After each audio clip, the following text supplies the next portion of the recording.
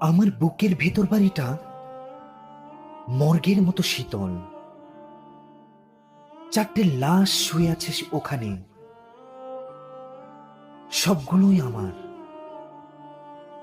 আমি প্রথমবার মারা গিয়েছিলাম অবহেলায়, দ্বিতীয়বার মরেছিলাম প্রতিশ্রুতির অকাল মৃত্যুতে, তৃতীয়বার আমাকে খুন করেছিল একজন বিশ্বাসঘাতক, চতুর্থবার মরেছি স্বেচ্ছায়।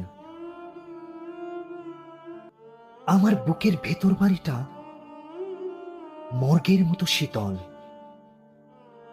ওখানে চারটা লাশ, ওদের ময়না তদন্ত হয়নি।